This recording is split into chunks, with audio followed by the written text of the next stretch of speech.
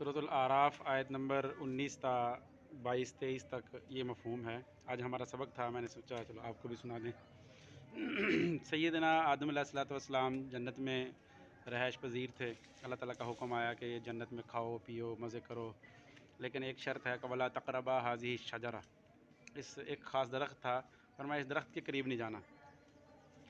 شیطان کو بڑی تکلیف ہوئی کہ مزے میں رہ رہے ہیں، جنت میں انجوائے کر رہے ہیں، تو فوسوس لهم الشیطان لیبدی لهما ما وری عنہما من سوءاتہما، شیطان نے آ کے وقاسمہما انی لکما لمن الناصحین، شیطان آ کے جناب وسوسے ڈالنا شروع ہو گیا اور قسمیں کھانے لگ گیا کہ میں تمہارا خیر خواہ ہوں کہ آپ جنت میں یہ پھل ضرور کھاؤ، اس کے بڑے مزے ہیں اور یہ ہمیشہ تم جنت میں رہو گے۔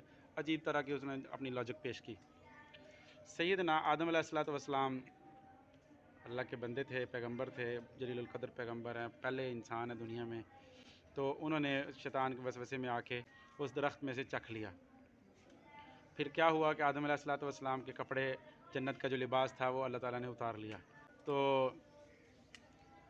سیدنا آدم علیہ الصلوۃ والسلام کے جسم پر جو لباس تھا وہ اتر گیا۔ فطفقا یخصفان علیہما من ورق الجنہ، جو جنت کے درختوں کے پتے تھے وہ ان کے ذریعے اپنا ستر چھپانے لگے۔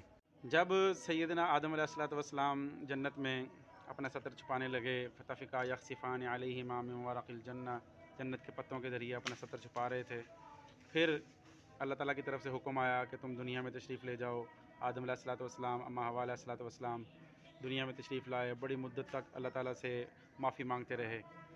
ربنا ظلمنا انفسنا وان لم تغفر لنا وترحمنا لنکونن من الخاسرین، یہ دعا سیدنا آدم علیہ الصلوۃ والسلام کی اللہ تعالیٰ نے قرآن مجید میں بیان فرمائی۔ علماء کرام فرماتے ہیں کہ آدم علیہ الصلوۃ والسلام اتنا روئے کہ ساری دنیا کے سارے انسانوں کے آنسو اکٹھے کیے جائیں تو آدم علیہ الصلوۃ والسلام کے آنسوؤں سے بڑھ نہیں سکتے، اتنا اللہ کی بارگاہ میں روئے، اتنی عاجزی پیش کی، اتنی دعائیں مانگی، پھر جا کے اللہ پاک نے مہربانی فرمائی، آدم علیہ الصلوۃ والسلام کی دعا قبول فرمائی۔ کسی انسان سے بھول ہو جائے تو اللہ تعالیٰ سے معافی مانگتا رہے، یہ دعا پڑھتا رہے، اللہ اس کے سارے گناہ معاف فرما دیں گے۔ تو یہ اس دعا کو اپنا حرز جان بنا لیں، اس کو صبح شام پڑھتے رہیں۔ ہم تو ویسے ہی گناہوں میں ڈوبے ہوئے ہیں، صبح شام کوئی لمحہ ایسا نہیں ہے جس میں ہم کو گناہ نہ کرتے ہوں، تو یہ آدم علیہ الصلوۃ والسلام کی سنت ہے کہ اگر کوئی بھول ہو جائے تو اللہ تعالیٰ سے معافی مانگ لیں، اللہ تعالیٰ سے دعا مانگیں، اللہ پچھلے گناہ انشاءاللہ معاف فرما دے گا۔ تو کبھی بھی انسان سے خطا ہو جائے، بھول ہو جائے تو اللہ تعالیٰ نے توبہ کا دروازہ اس امت کے لیے کھول کے رکھا ہے، جب بھی اللہ تعالیٰ کے سامنے جھکو، جب بھی مانگو وہ عنایت فرماتا ہے۔ تو گناہ ہو جائے توبہ کر لو، اللہ معاف فرما دیتا ہے۔ حدیث پاک میں آتا ہے توبہ کرنے والا ایسا ہے جیسے اس نے گناہ کیا ہی نہیں ہے۔